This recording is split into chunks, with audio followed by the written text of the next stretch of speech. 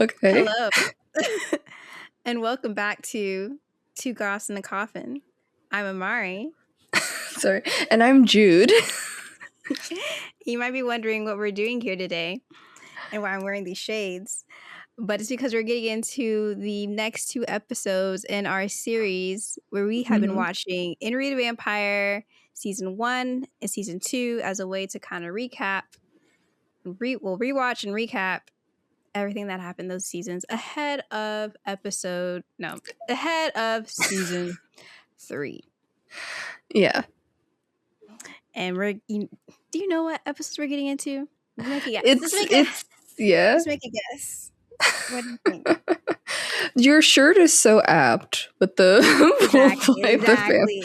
That's what Daniel was trying to be, and yet I need he one did not achieve it. I need one that says something about the penthouse instead, though. That's what I really Full need. boy at the vampire penthouse. That works. Yeah. Maybe I'll make a shirt. Maybe I'll make Jude make me a shirt. There was someone so there was a person at school in college that they had a shirt that was that same font, same vibe, and it said artist in residence at the vampire mansion. And I wanted that shirt really badly as well. Yeah. Yeah. It's like, well, have you guessed anyway. what episodes we watched this time, what we're talking about this time? It's episodes 5 and 6.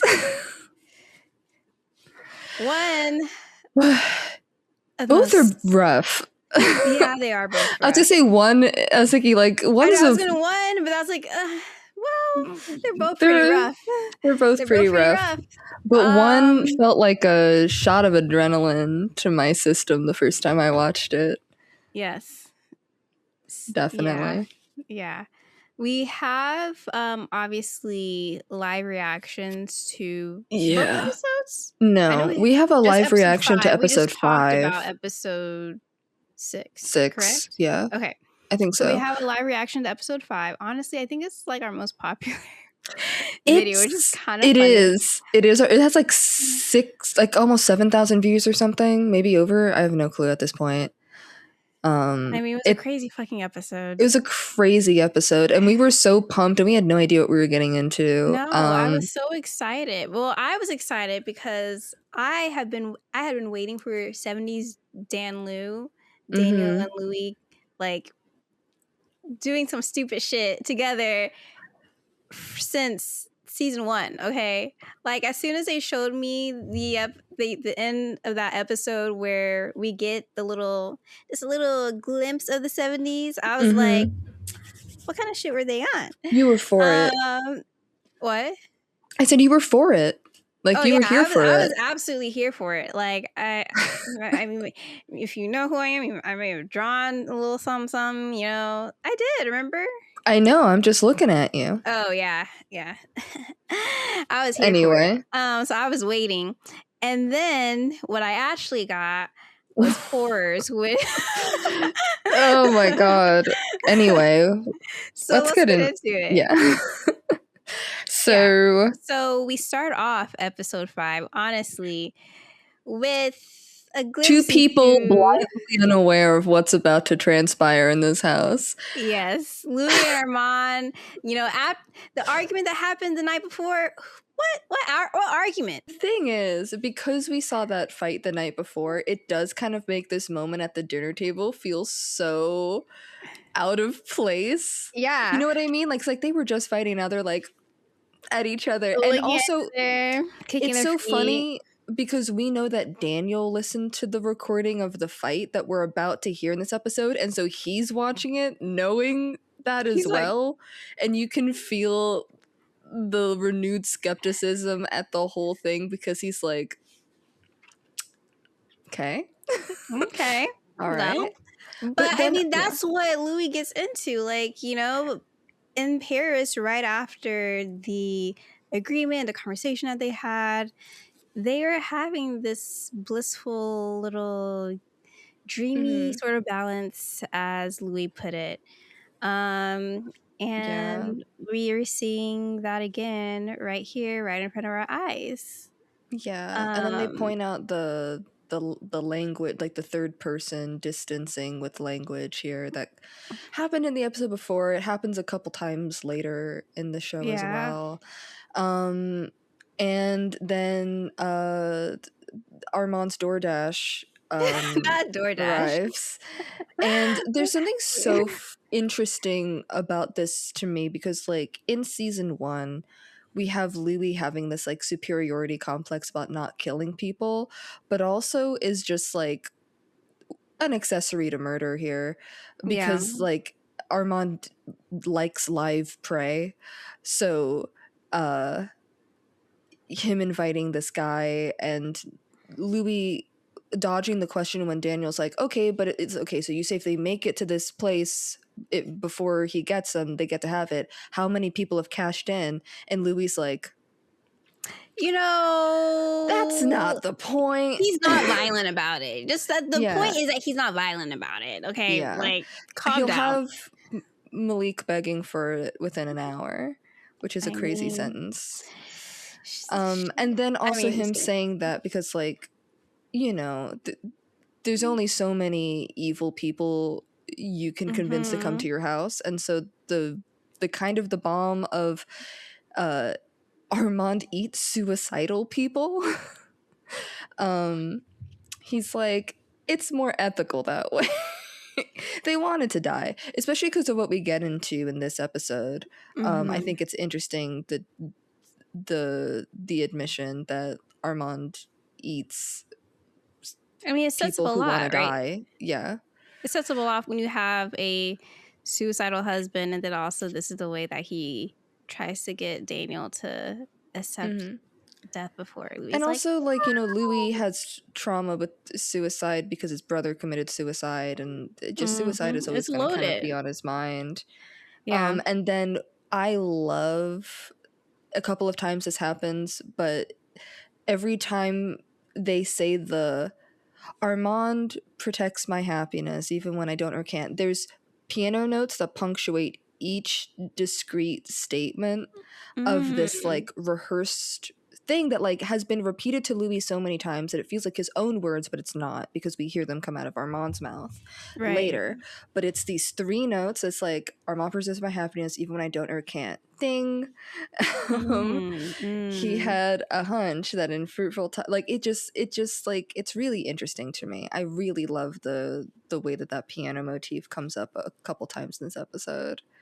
And then also something that I just, noted that Daniel had said, because you brought it up in one of our mini discussions, was the fact that maybe Armand also has an eating disorder, and Daniel literally says that he's going to follow up with Armand about diet and exercise. I was like, oh, maybe there is even more to it than that side of what Jude had already chatted. Oh yeah, did I say that on on here or just in our private conversations? That it was in our private conversation. Yeah, I can't remember what I say, but I'm like, we never see Armand eat ever. Even this, we don't really see him eat. And then Louis saying that because of Armand's age, he doesn't really have to eat as much. But I'm like, I don't trust I don't trust Armand with that.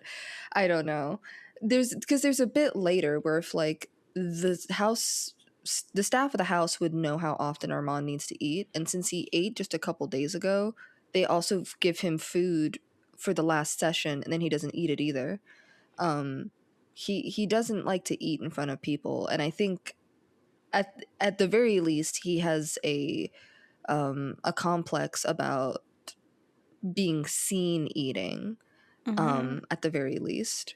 But yeah, so it does bring another layer to him commenting on Louis in the earlier episodes and being like, how he likes how he withholds, and I don't know, maybe there's something that is seeing Louis because he also has weird relationships too. And then there's something, I think, when we're talking, like, both the relationship with food, when Armand is still under the Rashid disguise, when he's like, he weighs 138 pounds when he weighs a plump 139. He swims twice a day. Like there's just something about it.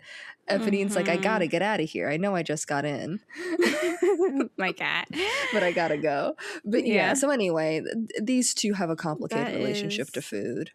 At the end of the day, that's just kind of what I immediately was like, something's going on here in this house. Yeah. But yeah, and then we have Daniel being like, can we get into something? He's like, I want to talk about what happened. Yeah. And Lou's like, okay, sure, what are you talking about? He's like, well, I want to know, like, I don't know, did we like I mean, did we? Because also how he sets it up when he's just like, you paid at the bar, then you paid for the car on the way there. So did we do it, And anyway, so we see that no, they did not, but there was an energy there. But also I think like Louis wasn't looking for that from Daniel because he saw the opportunity for, like he says, something more interesting, which is... And boy, was young Daniel disappointed. Board. Oh, yeah. Yeah. Also, I made a note here. I have my notes on my phone on my knee, and I'm just like, I just wrote, so embarrassing for Daniel to take off his shirt and have Louis be like, put that back on. Honestly, he's so real because I also would have done the same. I'd be like, yeah, let's go. He'd been like, calm down. I'm like, yeah. I would have been like, I actually gotta go. I can't stay here anymore. Oh, cool. Okay, sure. I'll just leave. But okay, so then like for real, like Louis, shows his fangs off, and once again, Daniel is also real here as well, though. Yeah, it's scared. But something I thought about, and I know this wasn't the point, but it's something that I thought about, which is when Daniel's like, "Are you the Zodiac killer?" I don't know how many people... Okay, so something I found interesting, the first thing I thought of was like, the police had the opportunity to catch the Zodiac killer, but they tailed the wrong guy because they assumed that it was this one black guy that was in the area, even though they had a description of the Zodiac killer, and that was not one of the descriptors. So they ended up not catching the Zodiac killer because they decided to tail a completely innocent black man who just so happened to be in the neighborhood. And so for some reason, Daniel saying, "Are you the Zodiac killer?" The first thing that I thought of was, I was like, this is not what they intended, but it is something that I immediately thought about. Shaking my head. But yeah, anyway. Oh, that is interesting. Yeah, I could hear it. No, but it's okay. The groan, once again. The groan. Armand? Where are you? Hello? Yeah. But yeah, so like, they're chatting it up. They're both going, two girls, once again, saying exactly. Exactly. I'm not crazy, and neither are you. Louis was going in, saying all sorts of things. We have, the little line about Lestat not being able to like can't make music. And I guess we'll see about I guess that.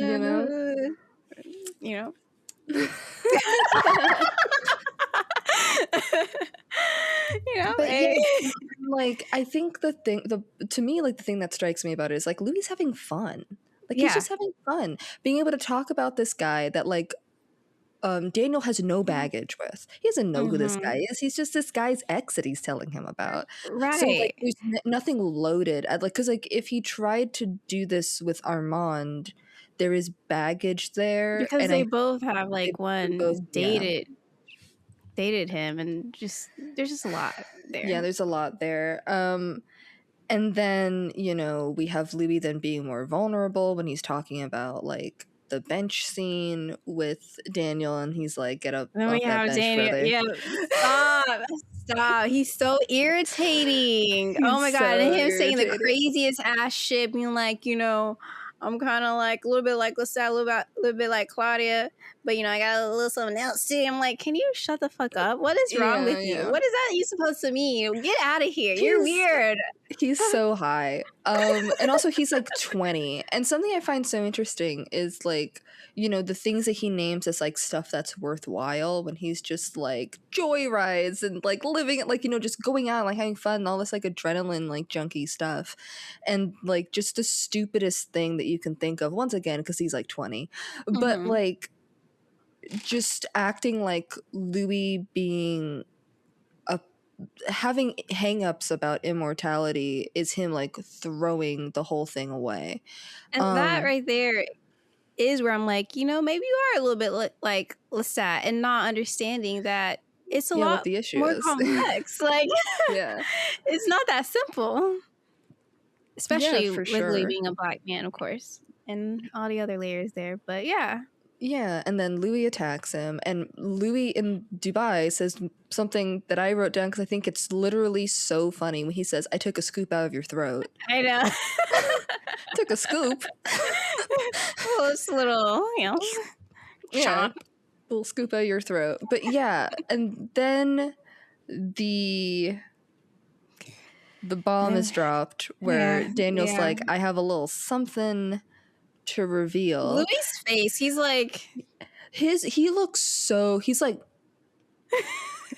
the whole, so and then pouty. he like looks at it and he's like, "Is that our original interview?"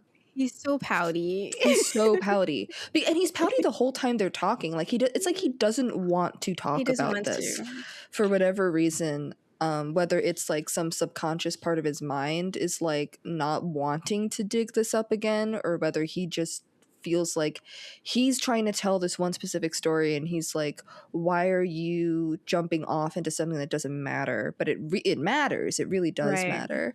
And yeah, and then we have the fight. I mean, which, what is there to iconic. say about that fight? It's iconic. It's the most iconic scene I've ever seen in a television show. It feels like it feels like watching two like master tennis players go at it. Like it's just, you feel like breathless watching it because of the quickness that they're like volleying it back, the most hurtful things you've ever heard in your life. And like one of the things that I think a good fight like this reveals is how intimate they are, because they know each other. They really know each other. But that means they also know how to hurt each other. Yeah. It's so... I also can't stop thinking about how much like Louis gets into his Florence bag, right? In my God. This scene that there it is. I'm like, Louis, don't hold back just a little bit. I mean, Louis is his mother's son, and you can feel it here. Yeah, like Louis really knows how to go for the jugular when it comes to like him fighting with the people he loves.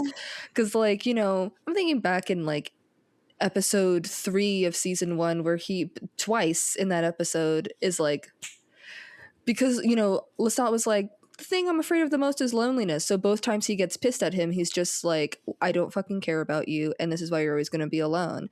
And then in this moment with everything, which he deserved. Lestat deserved that, by the way, because he's I'm just saying it's like laser focused on his insecurity. On it, though. He's like, yeah. And then in this, with like everything that Armand's ever told him about his past, he's just like right at the heart of all of them. I'm like, I mean, I know that Armand says this, like, you know, we're past season 1 already, but Armand's saying you look for the vulnerability in the object, but Louis like, I know exactly how to do that. Yeah, he's like, this is what I'm the best at. But yeah, and so like, get him. We have this whole fight. We see them. Something I also find interesting is like how they are hurting each other, but also you can see what the other person thinks is the worst thing to say. So like, also, please stop saying that Armand's homophobic. You know, he was being anti-black. He's being anti-black, but he's not being homophobic. He's doing a... The limp was him. That's his limp wrist. What are you talking about? Yeah, I'm just like, first of all, he's not being homophobic. He's just saying Louis being dramatic and then he just happens to have a limp wrist and likes to cross his legs. So yeah, he just sat the way he sits while putting on a voice, and the voice is what's important, not what his body's doing. Yeah, his exactly. body was going to do that no matter what. But yeah, he is being anti-black when he's like starts making fun of his accent, doing like this foghorn leghorn sounding like Louisiana accent for Louis. And then he gets the heart of the matter, which is Claudia. And that's when Louis stops fighting with him and starts agreeing with him. And you can see the change in Armand's face as well. And he's like, this is shifted. But he's still angry, but he's also like, he's now like watching because like something's gonna happen now.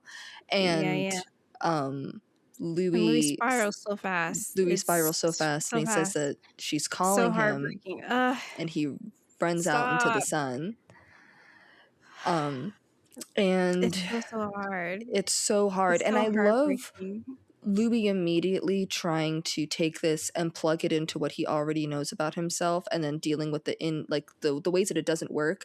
And Daniel being like, wait, before you start like existentializing this moment, we need to know what else happened. We need to get the rest of the facts before we start like getting into this. And I love how that exemplifies both of them as people. Like Louis just like, now what does it mean? And Daniel's like, before we get into what does it mean, what all happened? What happened first? Yeah, what are all the facts? Yeah, let's get the details in order. What happened next? To quote and then what?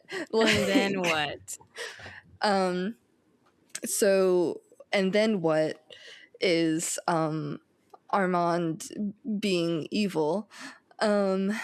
And I love the line where Louis says that the pain was like a noise in his body. That is such a beautiful and like really accurate descriptor when you're in a lot of pain.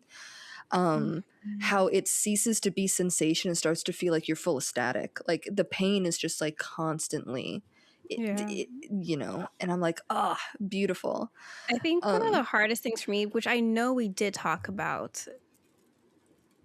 Okay, Kat. Which I know that we did talk about in the live reaction in our discussion afterwards, was the fact that Louis is constantly apologizing to these men when he doesn't need to. And especially at moments when he doesn't need to be apologizing. But like Louis, and it also shows that like while Louis, he can, you know, go for a throat, but also he also is empathetic too. And he immediately, he was like, oh shit, you mean I didn't mean to say that. Like, he's in pain and he's still like saying sorry to Armand at that moment.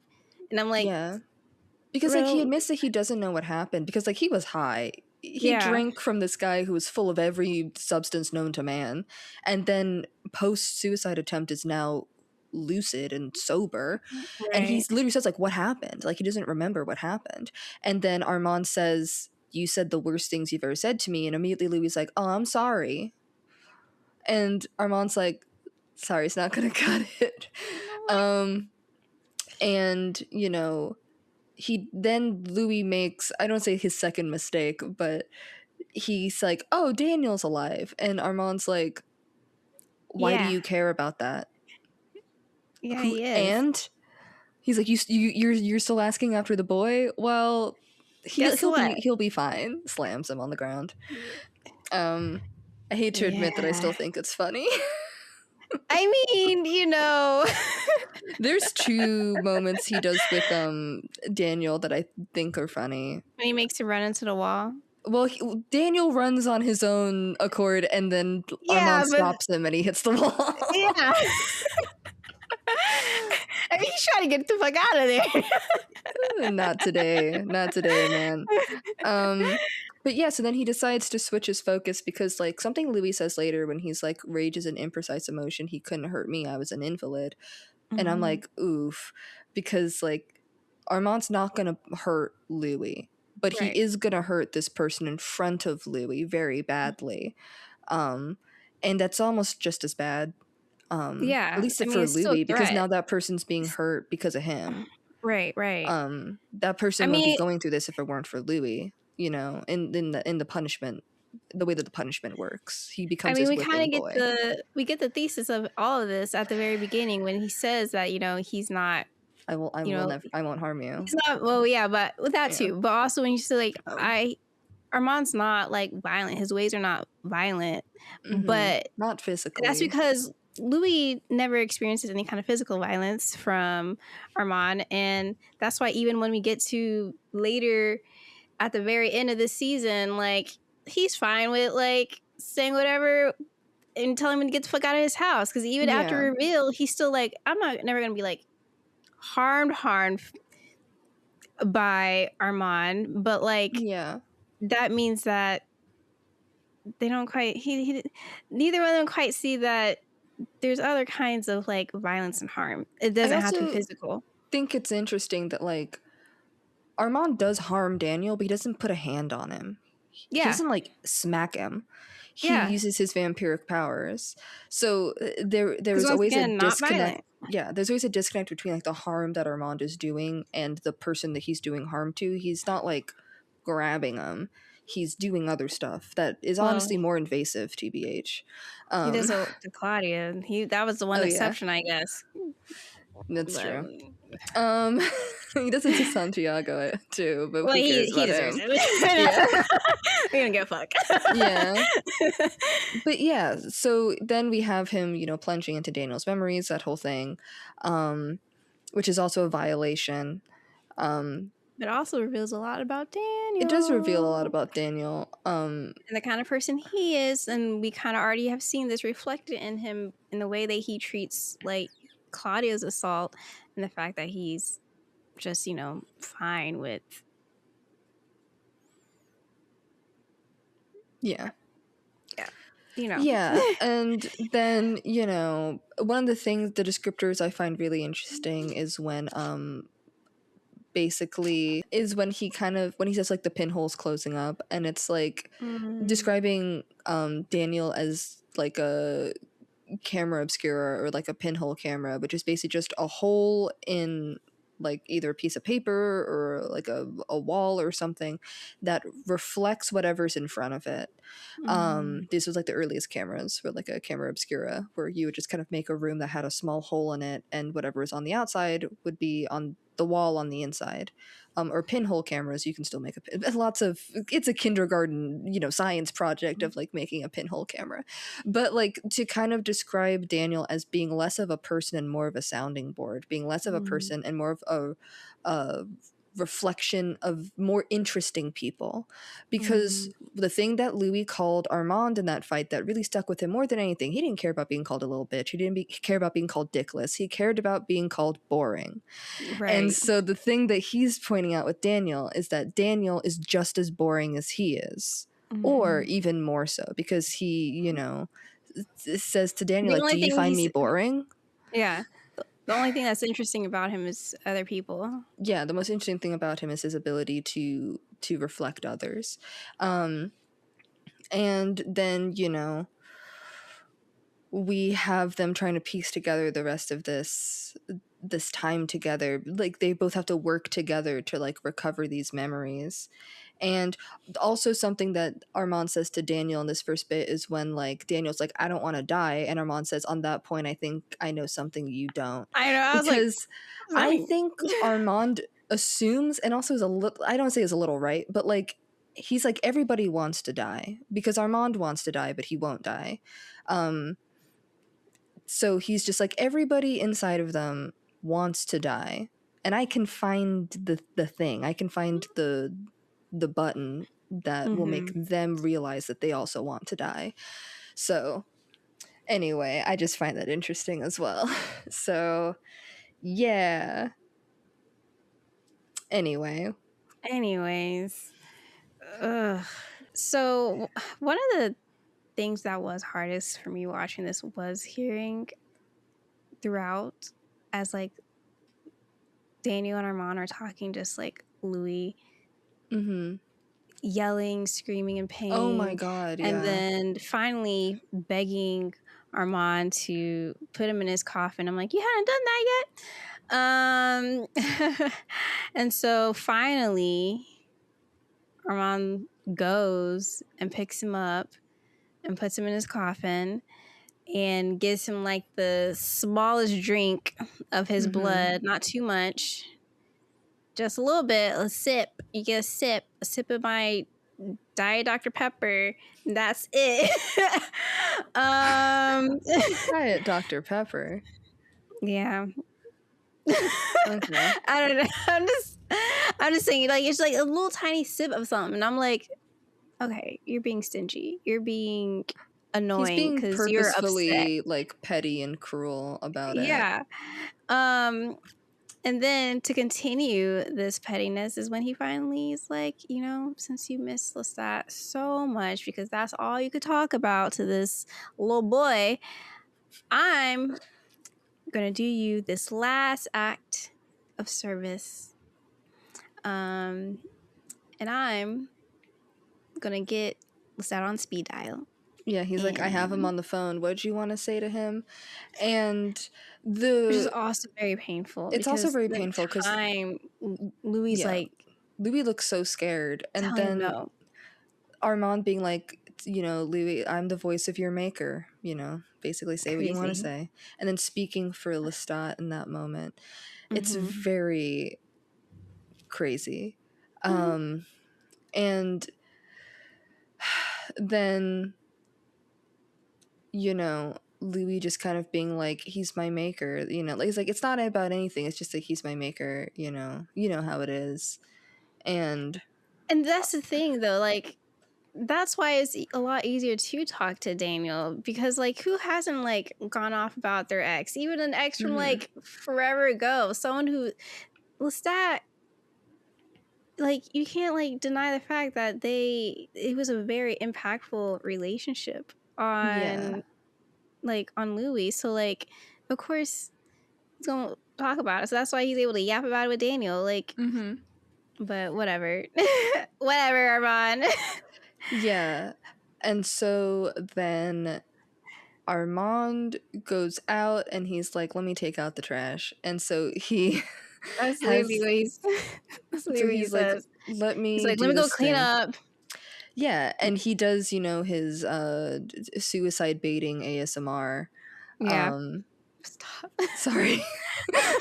It's because like he uses like this very like gentle tone of voice. He speaks in a very hypnotic way, and something I've said, I think I said this, I don't know when I've said this, but I'm sure I have, that like we see Armand in this whole episode, but especially in this moment, doing what Santiago does on stage, but he does it a lot better, and he does it, he's a million times better at it. And something I think about is in the original novel, Armand was the one who would come out and do the no pain monologue, but in this one he does not go on stage, but we see basically him doing a version of this like no pain, you know, monologue where he's like pulling out gently all of his like deepest fears and insecurities about what his life will be and what his life will become.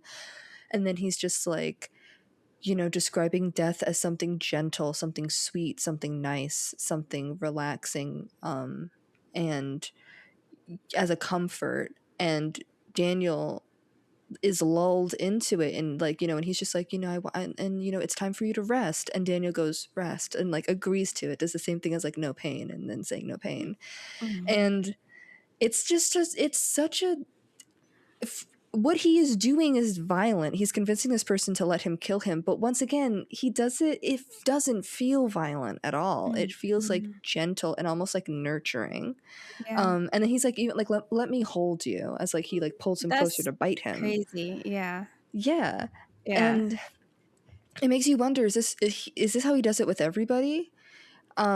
Because if so, like, every kill is so intimate, every kill is very gentle, and like these moments of connection. And I wonder if maybe that's also could be another part of the reason why like it's not something that he does every single night, because like the way he goes about it is a lot like it's a lot more of an intimate kill than, you know, Lestat's kills for example. So Lestat's like torturing people and going all over the top. But I also think in a way, like, once again, it's a more delicate version of what Lestat does to the tenor, you know, where he picks out all of the tenor's insecurities and then he kills him. Yeah. But once again, like, Armand is doing it in such a gentle way, a gentle, like, I don't know, this is the only way I can think Pulling of out when the I think of the insecurities to scene. be like, see, and this is why you want to die, right? Yeah, he's like, see, it's why it's not worth it. He's And like, one of the aw. things I thought about, because immediately after you have like Louis like mustering Yes. the strength to come out and be like, don't kill him, and then, you know, Armand's like, are you asking Metra? And Louis like, no, I'm not asking. And then he sits down and gives his own speech to to Daniel. And I was thinking about how, in a way, both Louis's words and Armand's words stuck with Daniel his whole life, because everything Armand said came true. I know it wasn't he like his marriage is fucked. Like His kids shied away from him, right? You know, but Louis's words were the thing that kept the despair of Armand's truth from allowing it to bring Daniel down. It did become his buoy. It did become his lifeline. But I think it's really interesting how, like, both these things he's carried with him his whole life, but it's Louis's words that he you know, he did. It's like, you know, what was it, like, he's like, see this as the voice of like a guardian angel or something, God, like of God or an of angel. God. Yeah, like Louis is this voice of God, this voice of a guardian angel, and in a way, like, fashions Daniel to be this tool, this bloodhound, this heat-seeking missile for truth, because he plants this seed in his mind of like, this is who you're gonna be, you know. It did. I will say that rewatching this, I'm like, okay, I do love Daniel. I get to this point every time, and I'm just like, God, they do have such a compelling dynamic. They have such a compelling dynamic. So good. And I remember like realizing that the first lines to the entire show were, there are stories out there that need to be told, and that's what Louis told Daniel. There are stories out there that need to be told, and there's been several times that he's said these words that Louis has spoken to him throughout the whole interview, because he's internalized them that deeply inside of himself. They become like his like so raison d'etre, you know. About. I think that's also why I'm like so heartbroken by season 3, and now Daniel's being a fucking asshole and he's like shattered Louis' trust in him. Right. I'm like, y'all had something going. What the fuck? Oh my God. And then, like, I do think we have when Armand suddenly now wants to play the Metra game again. Exactly. After invoking everything. That. Yeah. He's like, well, actually, let me just remind you that, you know, I will do whatever you say, I guess, you know. Yeah. Despite the fact that he put him through the torture nexus. And despite him also literally saying, I deserve this. And I'm like, so you're trying to guilt him. But yeah. Okay. Isn't he always? Like, the thing about Armand is that, like, he deserves to have everything he wants because he's gone through the most. So every time he doesn't get what he wants, that's another point on the victim tally board for him. And like, he is a victim, but he also plays the victim a lot. And it's like in situations where he is not the victim. Because there are situations in which he is the victim. Absolutely. But then the situations where he's not the victim, he plays the victim. I just want to say, fuck Marriott and his fuck ass bowl cut. God, out here looking like an extra from Pentiment. I can't with this man. Yuck. I can't stand that man. God. Anyway, that trailer came out today, right? So there's so much going on now. But yeah, and then, you know, Daniel points out the thing that I think Louis's been avoiding, which is, okay, my memory was altered, but why can you also not remember this thing? And then he has to come to terms with the fact that Armand may have also messed with his memory of that night as well. And guess who comes strolling through the door with his stupid Versace shades? These aren't Versace, but just pretend. Yeah, I'm so upset I didn't buy those in the auction because I really want them. They'd be massive on me. They would look like goggles, like, but I still wanted them. Anyway, but yeah, he comes through the door and he's having a great time. He's like, "So guys, how was Paris?" And they're like, "We took a break from Paris. We talked about San Francisco." And then we have, Louis being like, he wanted to know why you saved him. And then Armand says verbatim what Louis said earlier in the episode. And they're like, "You've been caught out. You've been caught out." And it ends on all, Louis and Daniel have unionized against Armand. Yeah. Oh my goodness. It's crazy that it was like an hour or two for Armand. Yeah. Like he left the house, happily married. He comes back and, he's like, "I've emailed the lawyer." Like, happily married, freshly ran through or whatever, and he had a great lunch. And now look at it. Yeah. See, this is what happens, Can we also talk about the crazy line way early on when Louis just like, "Sometimes Armand lingers when boats come into harbor"?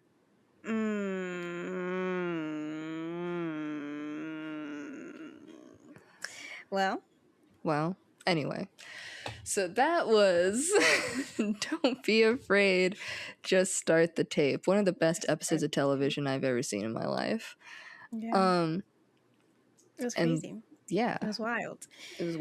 And, there's so much that we've said about it that I'm like, we just have to talk about the basics. Yeah. We have a whole episode that I'll link it in the description, our reaction videos, if you want to see us go in on it, like really get into it. Yeah. I think that one unfortunately got stuck in copyright strike hell, so there's no footage, but there is conversation, so you can go on and watch that. We're chatting for sure. We're reacting. We're reacting. Yeah. But yeah, and then the one last note I had written was like Armand being like, "Your marriage is going to fall apart and your kids are going to hate you." Also kind of lampshades Armand in the book The Vampire Lestat when he tells Lestat that all of his fledglings are going to grow to resent him and they'll rise up against him. And I'm like, and it happened.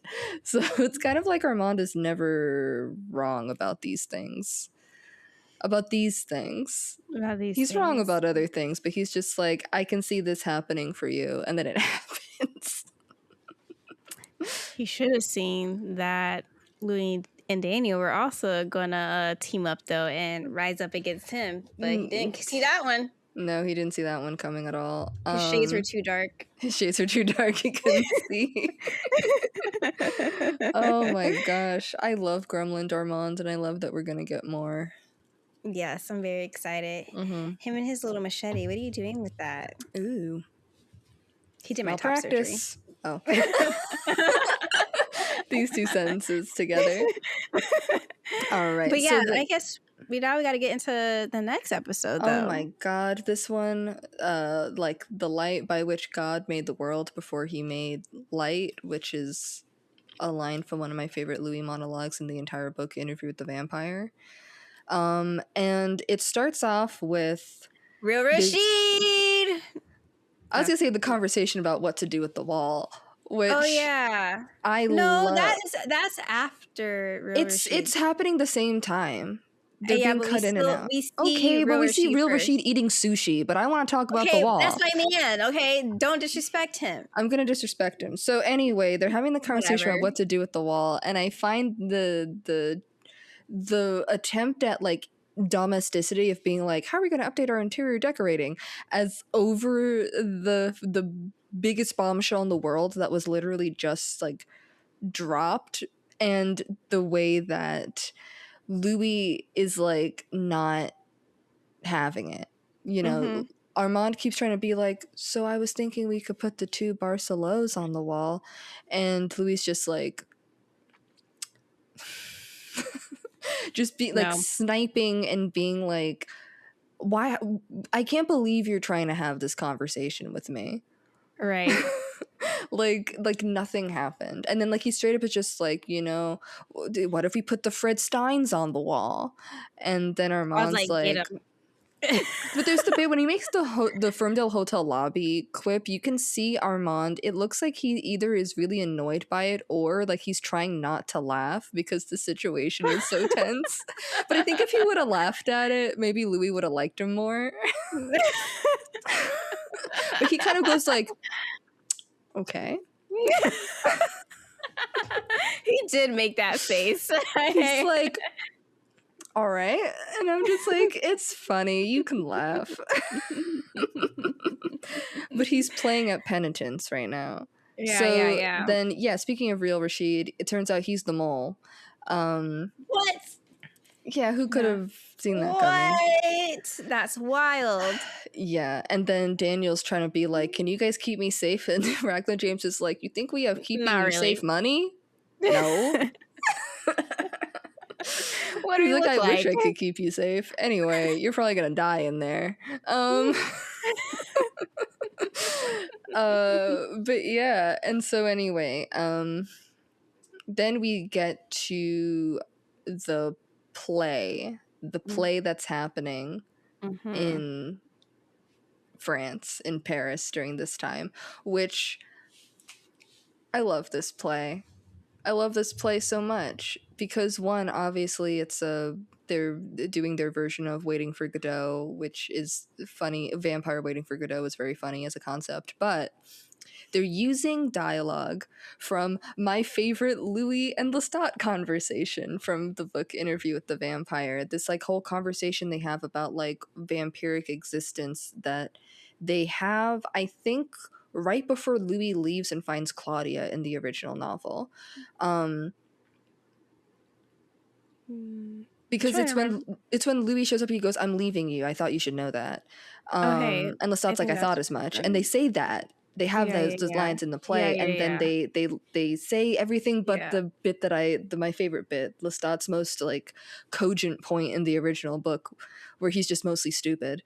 The one bit that sticks out when he makes the comment about like Louis being a grown man who wishes he could return to childhood now that he knows the value of it, is like his approach to immortality. It's like he now knows the value of human life now that he's removed from human life, but he can't return to it anymore. And so that's the situation he's in. But they do the lines before it, and it's such a beautiful scene in my opinion. I really love it. And so I just like that they decided to repurpose those lines for this play. Because like in a lot of ways, I would say like the book Interview with the Vampire is like a postmodern existentialist novel. Like it's a lot about existence and a lot about what it means to be alive and what it means to like have these human experiences, but it's told through something that is not human, a vampire. And, you know, Theater of the Absurd, like the play Waiting for Godot, is pre-postmodern. It's technically late modernism, but it influences the postmodernist movement. So to kind of play with the themes that the Theater of the Absurd is already talking about and then tie that to the themes of the book, I thought was such a interesting and genius like move to do here. So anyway, I thought that was fun. And my only stupid like little add-on to that is just I couldn't help but be like, man, when Armand's trying to be so nice, he looks so pretty. He was sitting there like, okay. He's trying to be nice for sure. I'm also wondering how much truth, because like he says that he hated the play, and Louis like, but you told me you loved the play at the time, and you're only saying you hated it now because it's tainted by what you learned was happening around it. But I am wondering how much did Armand actually like the play and how much did he not like the play, or if it matters. I don't think it matters, but I want to know. I'm curious. I know, because like is in a way, you know, okay, so he's watching this play about these two people who are waiting for their maker who will never arrive. And I'm like, I feel like he could relate to that a lot. He was in that situation at one point where he was just like waiting for his maker to take him out of the situation, and then his maker never showed up. And I'm like, I think, I don't know if he would like it or not, or if he would hate it because of being because able of to that. relate to it. So Yeah. I just find it interesting that we rarely know Armand's true opinions on things, just in general. Right. But Well, yeah. we have that. But then we have, I mean, it's not a good scene, but we have Madeline and the near assault that Yeah. Claudia saves her from. And I do think it's like, Claudia is able to Yeah. save her from an experience that she wasn't able to really save herself from. Yeah. And I think that's very beautiful, despite everything that the context around it. I Yeah. also think that it shows Claudia's approach to revealing herself to Madeline, and also like, the topic of like Madeline maybe becoming a vampire. Her Yeah. approach is much different from Lestat's approach with Louis, and it Yes. shows she is here to break the cycle. She's been trying to break the cycles, and unfortunately, the cycles were not allowing No her one wants to. to let But her break this cycle. They're like, get in the cycle. like Um, she approaches her so gently. She's yeah. like, "Let's have a conversation. Like, let's talk. Like, let me clean up and then we can like talk, and I can, yeah, I'm a vampire, like here's what's going on." And it's a stark difference to what her daddy does, so it's like Yeah. For sure. Yeah. I think that's very interesting as well, for sure. And then we see Claudia letting Madeline read her diaries, yeah.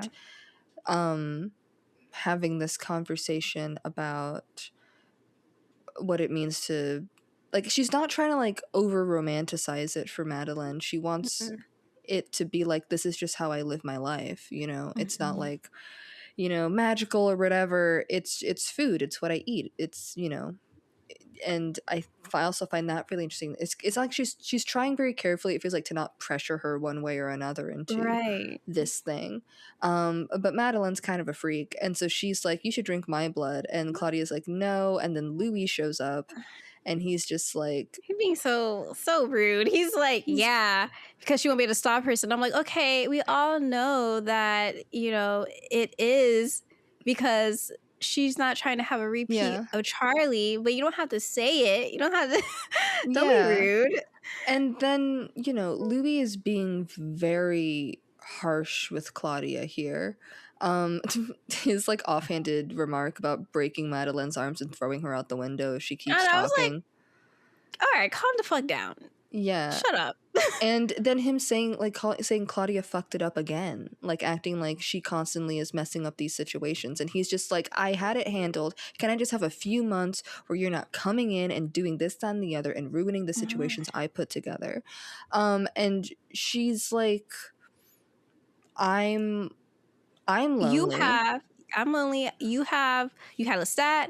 You now have Armand, which who is quick to be like, or maybe Armand is mine. But Yeah. And he's like, you were Lestat's and now you're Armand's, and he's like, or Armand is mine, and she's like, okay, Anyways, you can think that. she's like, so I get to have one thing that is just for me. And one thing that I do like was the way they used the camera when Louis then asked, like, okay, is it romantic? And like, it first like focuses on Claudia, then it focuses on Madeline when she says no, and then not yet, and then it focuses back on like Claudia when it kind of shows her little reaction to that. And I was like, I like Yeah. that. And I also love it because it's also a juxtaposition of the scene where Santiago's like, so what, are you two companions? And Louis and Armand say no, and then Louis like, are you two companions? And Claudia and Madeline are on the same page, which Yeah. is not yet. That's not a conversation they've had yet. So the answer's no for now. Right. And then, she's like, I can't make her a vampire because I'm too small. And then Louis like, well, I don't know if I can. She's like, I wasn't asking you. I was asking Armand because I want better blood for Madeleine than we have. Mm-hmm. And they ask Armand. I want to know how they got Armand to the dress shop. Mm-hmm. If he was like, meet me at this location, and Armand's like, this kind of feels like the location of the dress shop. Surely it's not. And then he ends up there and realizes that what's going on. But one of the things I feel like this entire episode with Armand in Paris is that despite the fact that Louis feels like everything is now in control, now that he's put forward these things, I feel like Armand has not stopped feeling panicked. I think he still knows the reality of the situation, that no matter what Louis put into place, it's not going to hold. And so he's just continuing to feel that loss of control. Mm-hmm. And now he's being asked to do this thing. And I think he starts lashing out at the people in the room because he's scared. He's scared of this, but he can't admit that he's scared, especially because Claudia's there. And Louis is his partner, but Claudia is his employee. And he can't Mm-hmm. let the mask down in front of Claudia to be like, I don't want to do this because it scares me. I'm Mm-hmm. afraid of it. I think if it was just Louis there, he would big his eyes at him and be like, I don't wanna. I'm scared. But because Claudia's there, he's like, yelling at everybody. Yeah. And then, Louis says the whole can you imagine me without the burden of her, which I feel like is a very interesting subversion of the line in the book where Louis just like, I don't think that a parent can release himself from the responsibility to their child. And I think the usage of that line points out the falseness of the line, that he could ever be without the burden of Claudia. Mm-hmm. As long as she's alive, as long as she walks this earth, she will be his daughter and he will have the duties of a parent. Mm-hmm. And But he even when she's not, even when she's she not. stays on his heart, his mind for like forever, and essentially haunts him. So like Yeah. you're never gonna be. There's no reality in which he'd ever be free of Claudia. And so Armand goes in, he has his conversation with Madeleine, and it's so interesting that you see both of them have their armor on. Both Yeah. him and Madeleine have come in and they're like, this is a fight. This person is a hostile, Yeah. to me. And Louis was being honest. I think Louis was correct when he was like, Armand knew already he wasn't ever going to say yes. Despite the fact Mm-hmm. that Armand's like, I went in with an open mind. No, you did No, you not. fucking did not. No, You you didn't. fucking did it. He there's no reality, I think, unless he was literally forced, that he would ever turn Madeleine. Right. And I think, there's too many factors at play. If he made Madeleine, first off, she would be way too strong, because that would be his first, and so she would basically have half his power, Yeah. so she would already start off really strong. And I don't know, I think her No, being you that just strong reminded scares me that him. Daniel's gonna be really strong. Yeah. He needs to remember his place, okay? Whatever, it's But fine. yeah, I think that's definitely an element. But I think more importantly than that, once again, he's already written Claudia off. Right. And he does once again. It's just like, And what are you gonna Madeline's do when like, Claudia kills herself? And she's like, who says she will? exactly. But they have But this whole. also, it is wild for him to say that when he's dating the most suicidal man in the world, and I'm like, if anyone is going to throw themselves into a fire first, it's going to be Louis. But you're not talking like that about Louis. No, but do you think that may be a factor in why he's hesitant to commit to him? Because he knows he'll have the coven, but he doesn't know how long he'll have Louis. Could be. Could be. I think maybe also, seeing him post Madeleine turning could have that fear in his mind as well. Well, if he would have been there, he didn't have to turn her. If he would have been there, all he had to do is come support his fucking wife. He didn't have to do shit. He didn't have to do it. Louis wasn't gonna make it. That's, anyways.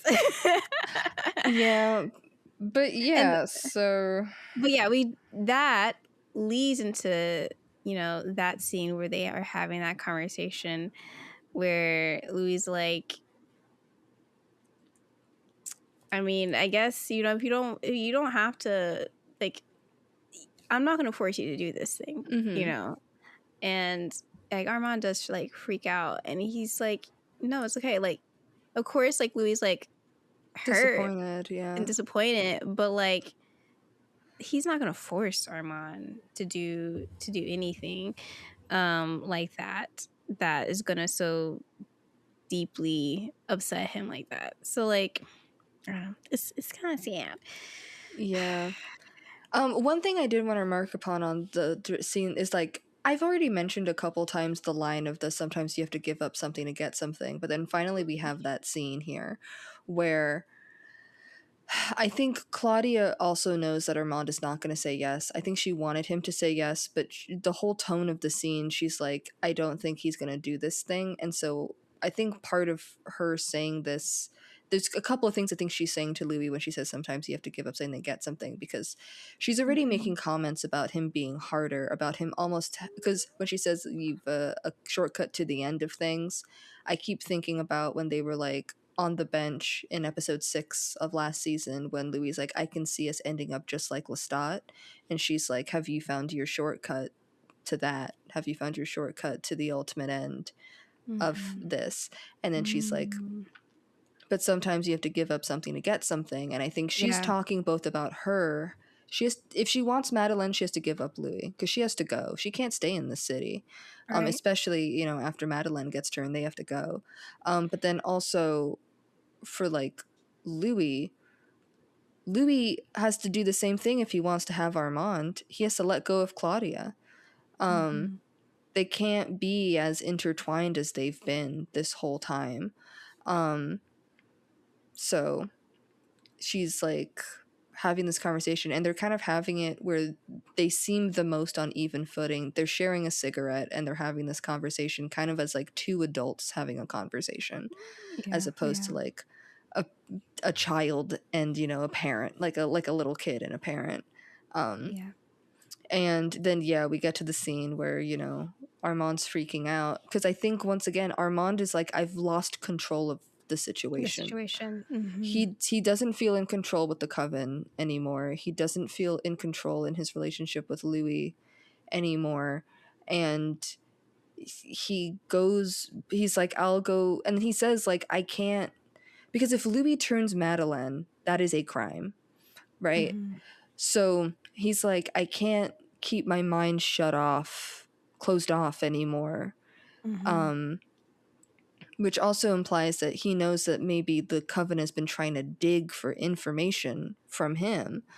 So he's like, I'll make sure that they don't bother you. And then he leaves, and whatever happens in that conversation happens. We're not privy to the realities of that situation. But then, Louis turns Madeline, and it's this really beautiful scene.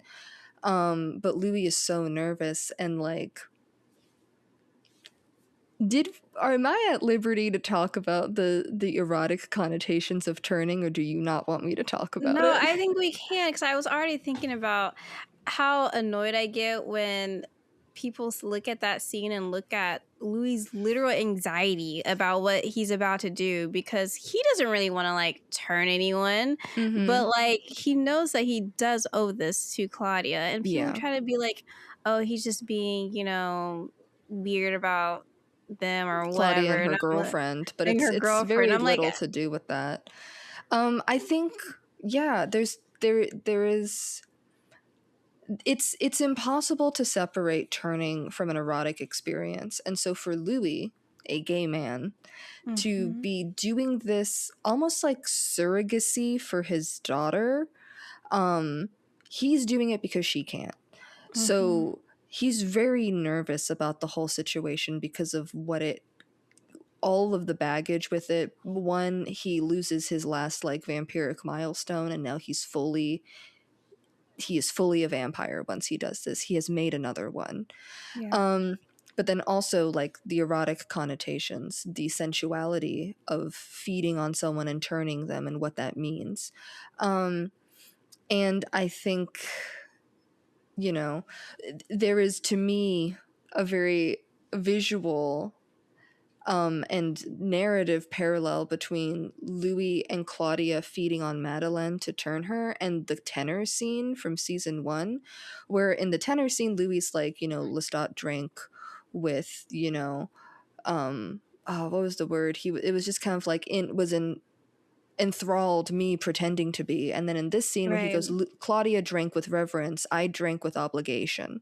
So there's also this crossing of boundaries here where Claudia latches on and is also a part of this process. I think it's, to me, I can't not see it in this situation, and it adds this layer of uncomfortability for Louis to be a part of this process as well. And then he sees Claudia through Madeleine's eyes. And my little, this is my personal headcanon, I think Madeleine's eyes are yellow because of Claudia, because of the yellow dress that we see in the vision and the golden light she sees her bathed in. That's why I'm saying her eyes are yellow. I love it, and you're right. But yeah, so then we have this moment, and in the conversation of like feeding in the situation, I find it very interesting that Claudia is barred from being able to do this thing, to be able to turn vampires. In a way, she's barred from procreation because of her body, because of the age that she's stunted as. And I find it interesting that Armand refuses to cross this threshold to this like milestone. And I think that, to me, is another part of his like arrested development, his fear of stepping fully into adulthood. So we have all of these complex feelings about turning here. And and that's why, once again, we have Louis in the very next shot. He's bled himself out. He wants to get all of it out. Yeah. Also very upsetting. There's like blood everywhere, all like covering the floor. On his face, everything. And like it does feel like a horrible like postpartum like scene here, where like a difficult birth happened. And it is, in a way, for him, even though it went off without a hitch. Madeleine was turned, she was fine, she went off with Claudia, but he's dissociative. To the mental part of it. The mental toll, where he's just like numb. He's like, Claudia left and I didn't care. And then his disgust when he's like, I know that they're gone because I can feel her. Like it's like there's a violation that happened here. And I've mentioned the books a couple times already, but there's the bit I was talking to you about, that in the original novel, when Claudia is trying to get Louis to turn Madeleine, and Madeleine says an offhanded line to like continue this thread of like there being an erotic tie to turning, when she's like, if you were a normal man, I could entice you into doing this. And it's like, there is, I think, it is impossible to remove the erotic sensuality of turning from, making vampires. I also think maybe that's why Armand is uncomfortable with being voluntold or like volunteered into this situation. It's just like, ew, he doesn't want to. He's scared. That's probably why Louis like, fine, like, once he sees like how uncomfortable Armand is with it, he drops it. And I think there isn't, I don't know what outcome Armand could have wanted, except for Claudia just not having a companion that would have made him happy. But we can't have that either.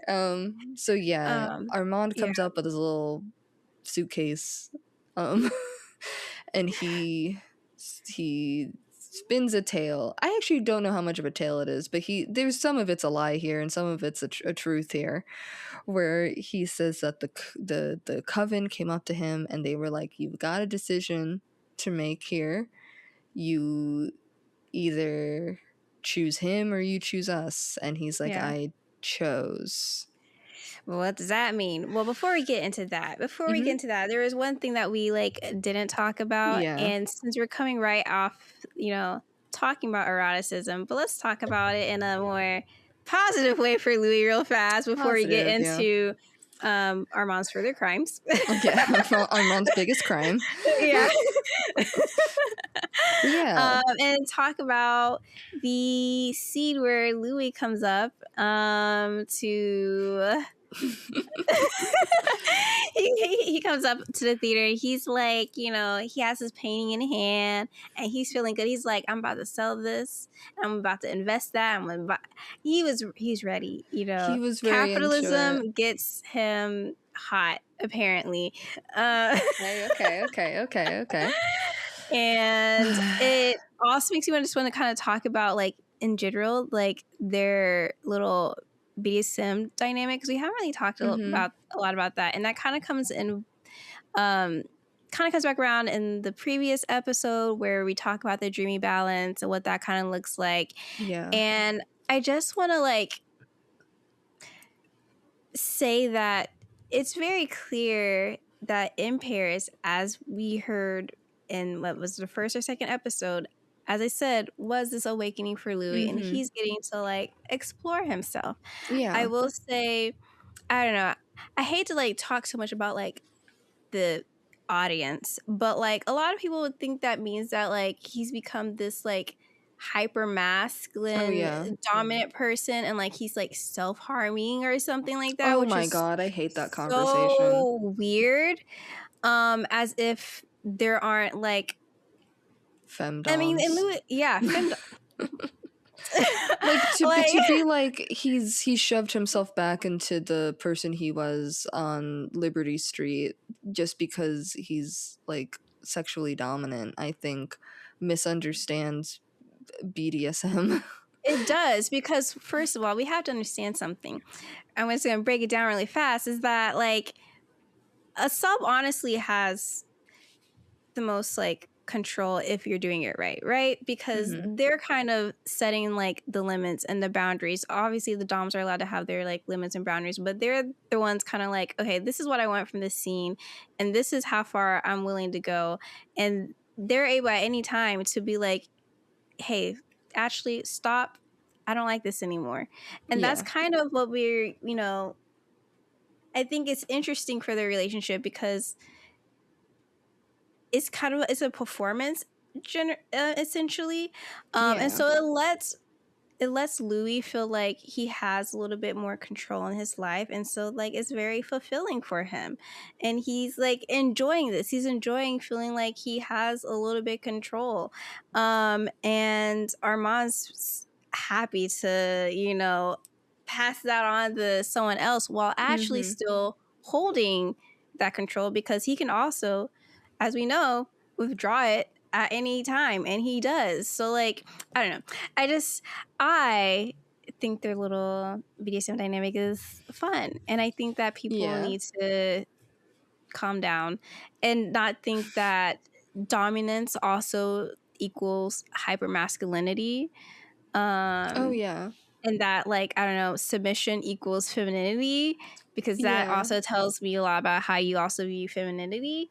So yeah, but that's just me standing on my little soapbox. I do think it also like, if we talk about it in the narrative as well, the performance of it all, because something I was thinking about a lot this go around is Louis feels a lot more confident than he should in this whole situation. Like when he shows up to like do the whole thing with the painting, and then he's like, fucks Armand in front of the coven, he is also, I don't want to say making things harder, but like Santiago is right there, the guy who's planning the coup, the guy who doesn't like Louis, and the guy who doesn't like that Louis is splitting Armand's attention, and it's kind of just like making him angrier. That he wasn't invited to. No, but like it's where he's making him angrier, and he's increasing the pressure that's happening here, but he's not aware of it because he feels like he has everything under control.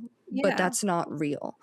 And also, I don't know, he's distracted by it all. a little distracted. I mean, like I said, a dreamy sort of balance. You know, he was in the clouds, like he was having a good ass time. He was, He thought he but had it handled. things were going bad, and like they talk about it in this episode of like, in the background, a lot of things were happening. And yes, in the background, you know that. But then when they're also going through the newspapers and being like, here's the big news story, but here's what was happening in the back pages. And it was setting up for the stuff with the trial. And then, you know, of course, we have the scene where, you know, Armand's talking, he makes his choice and whatever. And then we have bits in Dubai where we have, you know, Armand is just like, you're upset that I wiped your memory, basically, because they keep getting into like little arguments, and we see Armand being increasingly more paranoid, where he basically was like, Rashid, did you follow Daniel to the bathroom like I told you to? I know. So he couldn't have a moment alone. And it's reminding me of in season 1 when Lestat moves Claudia's coffin back into the room because he needs to have eyes on her at all times. Like, he's getting paranoid, and he sees Daniel as the problem. and Daniel to him is the problem, because he's like, you know, he's 5 seconds from being like, we were so happy before he came here, you know, like, but so anyway, he's getting paranoid in the present. He feels like he's losing control in the present, paralleling, I guess, what he's going through in Paris. Right. And he says that Louis has no right to be angry about him wiping his memory because Louis asked him to. And the horrible thing about it is we will never know if that's true. Right. And it also, like, it's one of those things that's like similar to the Steins. It doesn't matter whether Louis asked him to or not, because Louis can't remember if he asked him to or not. Exactly. And it's as plausible as it is implausible that he would agree to it, or that Armand would just be like, I think it's the best for our relationship if I just also remove this from Louis and we can get a clean slate. Back to episode 1, tabula rasa, you know, removing that little bit. And also maybe, you know, as we look in this episode, like him wiping Louis' memory of his attempted suicide to lower the risk of it happening again. I don't know. It's some messed up, twisted forms of care that Armand is performing here. And his self-assessment of what happens, I think carries over to both San Francisco and Paris, is that Armand is like, I'm a coward. He mentions that he's like, I failed Louis once and it wasn't in San Francisco, it was in Paris. And then we kind of see what that failure was, which, you know, Claudia comes back for one more visit with Madeleine and they're happy. And I'm gonna get Armand. I'm gonna get him because you don't understand. Because I had to watch that. Listen, I know that something was gonna happen at some point. I knew, like, listen, honestly, I expected even worse because, you know, some things happen in that book. Some things happen that Armand does to Claudia that's even so. You know, I was expecting the worst, but you can't give me this cute little dinner scene between all of them. Claudia with her girlfriend and at Louis the lesbian bar. They were all hanging out at the lesbian bar. Like, are you kidding me? Like, it's so cute. All of them just like chit chatting and having. Claudia, you don't ever need to apologize to her mom, by the way. Don't ever do that again, baby girl. She's just trying to like make amends before she leaves for good. I know. She's too good for this world, but like, never do that again because you don't have to. But it's so cute. It's so, and Armand, I guess, really gets some assurance that Louis loves him for real. It's too late.